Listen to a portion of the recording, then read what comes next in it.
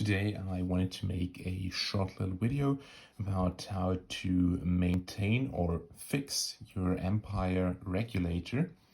This right here is the Empire Vanquish 1.5. It's the same guide for a Vanquish 2.0. It's basically the same guide or the same kind of steps that you have to fix the regulator of a Empire X, a X Pro, or a Mini GS.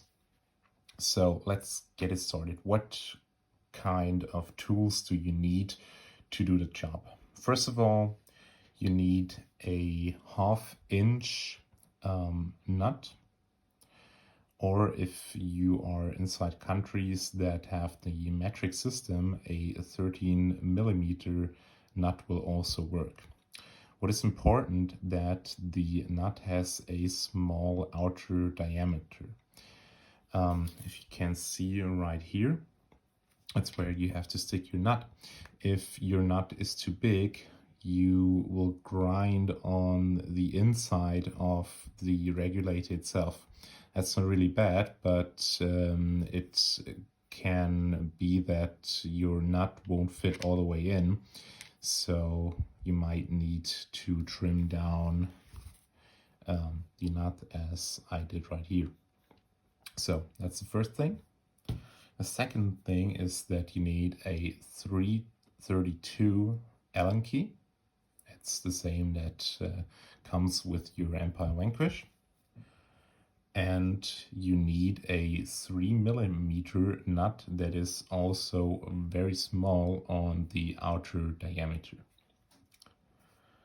And last but not least, you'll need some grease to loop the inner reg piston. So let's get it started. First of all, we just simply unscrew the front part of the regulator. There is a bigger spring, the smaller one is inside, and there is this little piece where the screw is pushing down on the spring itself. But there is no need to do any maintenance on that part. So the next part would be to remove the lever. Simply put in your Allen key and unscrew it.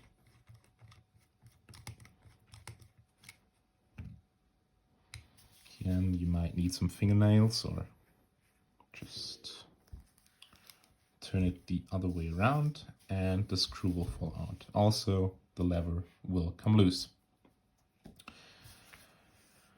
Then there is a small metal wedge that you also need to remove.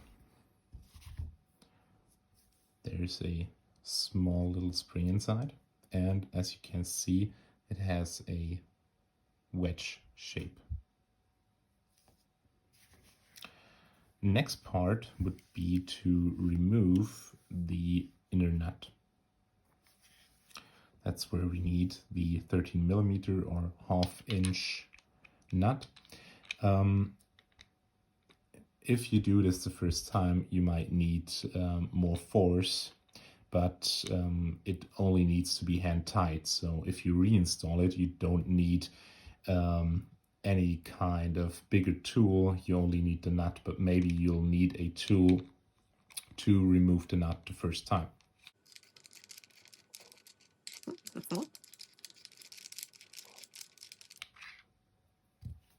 This should do the trick. And the nut is, or the screw is unscrewed. After that, if you can see, there's a brass piece. There's the pin that pushes in on your tank or on your regulator, and a small black O-ring. So to remove this part, you'll need to stick a small Allen key, a toothpick, a dental pick, or anything else inside of there and push it out of this way. I will use a dental pick because it's the part that can create the most pressure without breaking. I'll just take this side. Okay, now the part is out. As you can see, there's the pin. You can also remove the pin if you need to do any maintenance on that. But basically you can just leave it inside of there. Maybe you'll need some kind of pliers to make it a little bit more easy. There's actually nothing inside that needs a whole lot of maintenance. And as you can see, the pin goes inside of there. And if you reinstall the wedge, the angled part needs to face in the direction of the pin. So basically like that, because if you push on it, or if the lever pushes on it, it will move the pin in the outside direction, or basically in the direction of the regulator of the tank. Yeah. As you can see, I'll push the pin inside and it will push it out. That's basically the function of this part. Digging deeper inside of the regulator itself, you'll see that there is a silver pin, a transparent plastic piece, and this side. This is basically the regulator piston, and to remove the inner part you'll need the 3mm nut driver. So just put it inside of here and turn counterclockwise.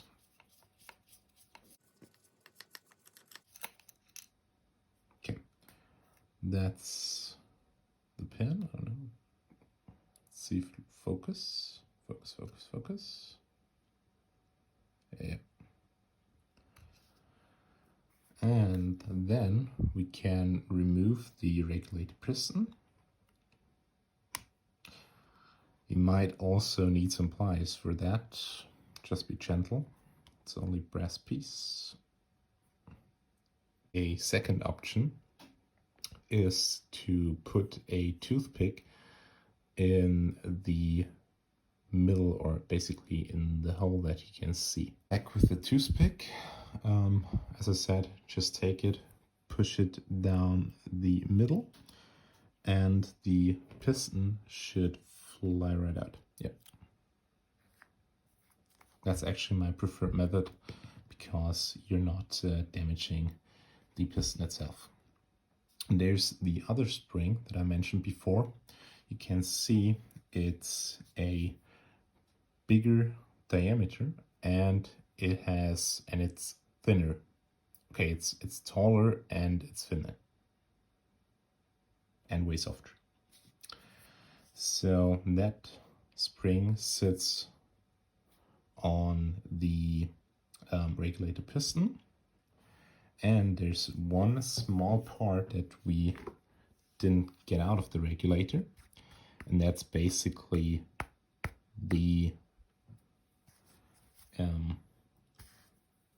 plastic part, the transparent plastic part. I'm just trying to not damage it, because that's actually what seals and may cause problems with overpressurizing your marker. Okay, there it is. I don't know if the camera will pick it up, but it's a small transparent piece of plastic. On one side it's completely flat, and on the other side you can see that there is a convex or concave part. So the concave part sits on this small little rod and creates a seal. This piece goes inside of there. I'm just removing the spring. And that's basically the function of the Empire Regulator.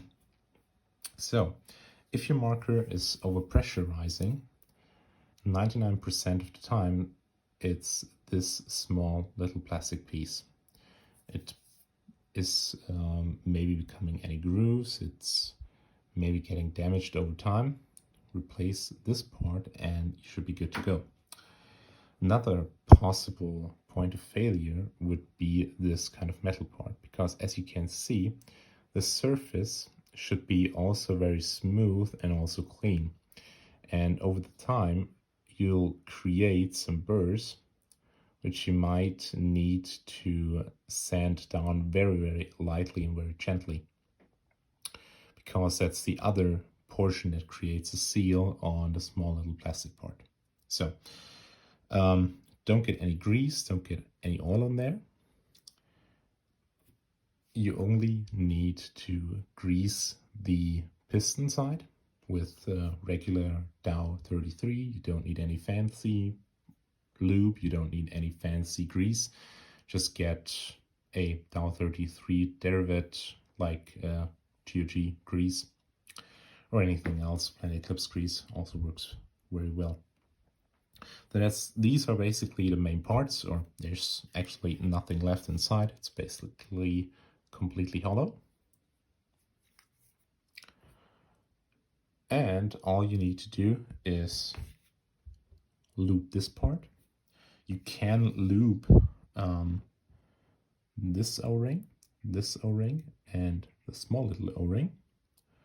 And if you have any leaks or basically overpressurizing issues, you need to replace this small part or maybe even this part.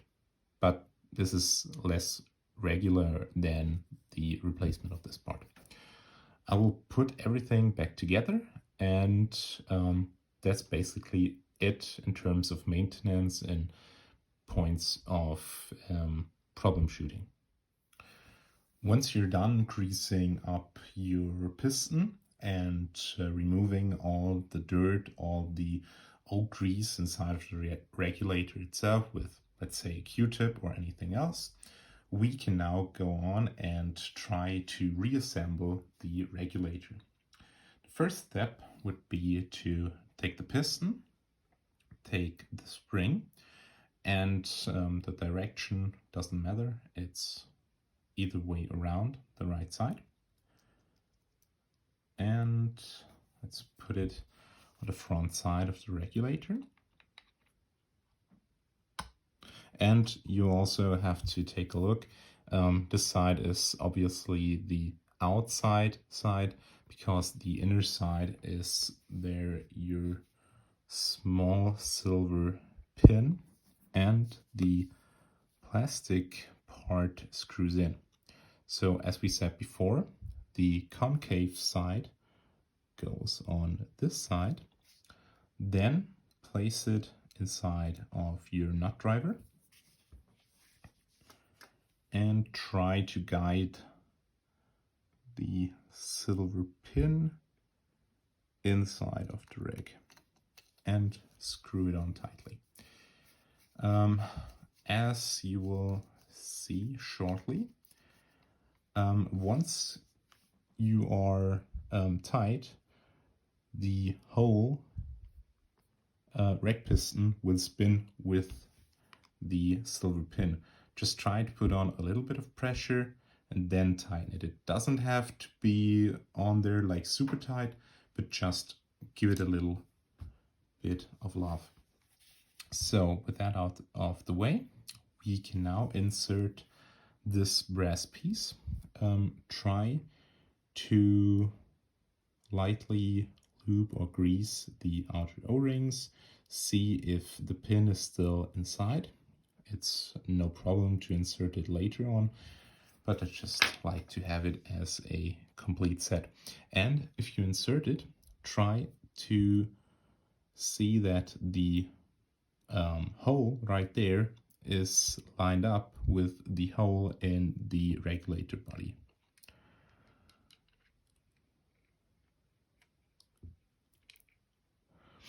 If it is like that, where you can basically see a hole, but it's not lined up, take a dental pick or a toothpick and try to align it with the hole inside of the regulator body. Push it inside. And if I use force from this side, I'll always push the pin inside of the brass piece. So I'll take the dental pick again and try to remove or basically shove the pin forward so that the wedge has its place. Let's just install the wedge first and then push the O-ring in its place. As I said before, the wedged shape needs to face where your tank and your regulator sits, and also the spring will likely come out. Pro tip, just use a little bit of grease. Grease this side or this end. The grease won't hurt, but it won't also do much, but the spring will tend to stay in its place. Okay, now it's inside. The pin can't go out this way, but as we can see, the small little O-ring disappeared, or basically went away from its place where it should sit. Now, just with one finger, try to realign the O-ring and then take a dental pick or a toothpick to push it in. Okay, now with the pin in place, this part is finished, and we will take the nut and just let it fall inside. Or if you have any pick, you can place it inside, but most of the time it will work. Take the nut, screw it on hand tight. You don't need excessive force. It won't come loose on you. And almost done. Let's take the lever. So you can see there is a higher part and a flat part. Use the flat part with the lever in this position and push it down. With the lever pushed down, you can now insert the screw, and we can screw it tight. Okay. Now, lastly, you'll have to reattach the thicker spring with this kind of top piece and with the rack cover. It's omnidirectional. It doesn't matter with which direction you put it on. This is not omnidirectional. You need to see the crater, and you can't put it on like a hat. It needs to be faced this way. And with that, now you can screw on the regulator cover. Two more things. While unscrewing the regulator cover, the screw can come loose. So you will most likely see a different FPS readout when you try to shoot it with that. So what I do is I unscrew it a little bit so I don't overpressurize the marker from the get-go, because I don't know at which FPS or which internal pressure this screw now stands on. The second part is that I didn't show you. you also have this cover right here. That is basically where your filter for the reg sits. So you can do this without detaching or without removing the whole regulator. And there's the cap. And as you can see, there's a small metal filter. You can just push it out, or basically flip it over so that it falls out. And then you can take a small Q-tip, clean it, reinsert it, and you've basically cleaned out your filter for the Empire Reg. That finished, you have completely maintained your Empire Regulator. I wouldn't recommend doing it inside of the warranty period of your marker if you've already lost your warranty because you were doing stuff with your board or anything else, or if your marker is older, just go ahead, maintain your regulator. It's no big deal if you have the right tools, and that's it.